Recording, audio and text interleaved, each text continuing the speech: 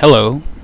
So this is a recording of a replay, which isn't the ideal setup for making a commentary like this, but I thought this was a really good example of what might be going on inside the head of an experienced pilot when he's trying to use every advantage his plane has to win. So, what's going on here?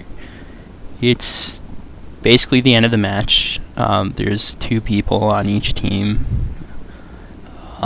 one bomber on each team, and one fighter on each team. And I know it's a Talon 5-2. He probably doesn't know I'm in a Spitfire. So, what happened earlier was this squad of P-51Hs basically obliterated the German team, and me with my late spawn didn't really get to do anything. So what I saw happening though was they chased this guy down to his airfield, and he didn't really have any other choice, but one of the P-51s died in a head-on with some other guy, and then once that happened, the other P-51 dueled him, and this guy won. And so that kind of gives me knowledge of two things. One, he's not an idiot because he beat a better plane than his in a turn fight, and then two, he's not necessarily going to shy away from running away to his airfield. And then I already knew he was a Talon 5-2 from earlier. So while that was happening, I went head on with another plane, and my radiator here was completely obliterated, so I was left just gliding back to the airfield, which I've just now taken off from. Now, he also had to go to his airfield, but he didn't have to glide there, so he has a bit of a head start in the air right now, and so he's going to have a little bit of an altitude advantage. And I also know this. So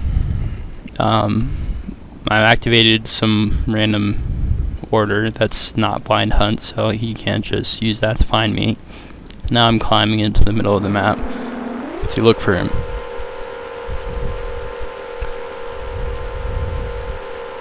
And let's just fast forward to get the action. So I see his dot here, and he's climbing directly to me, and he's slightly above me.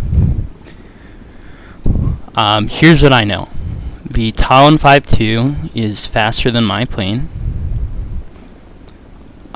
turns worse, and that he's not a idiot pilot.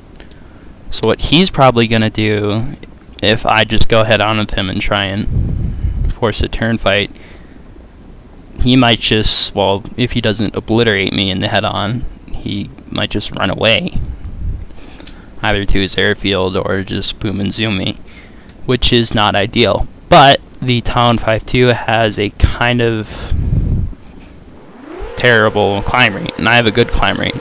So I'm just going to stretch this out to try and give myself a little bit of an altitude advantage by climbing. And what I'm hoping this is also going to do is just get him more and more eager to fight me, so that he might turn fight me once we merge, instead of just running away. So I drag him as high as I can, and you can see I'm slowly getting more and more above him, and I do this until I get to the altitude where my supercharger stops giving my engine horsepower. Then I turn in. And again, I have no idea how good this guy is in the head-on. might beat me, so I'm just not going for a direct one here.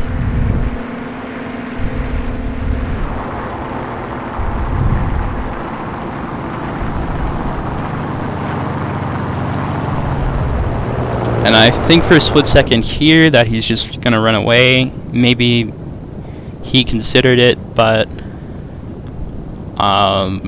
he did turn back in, but I didn't really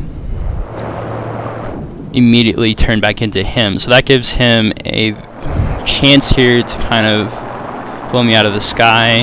I pop my landing flaps, make sure that doesn't happen. And at this point, he's kind of screwed.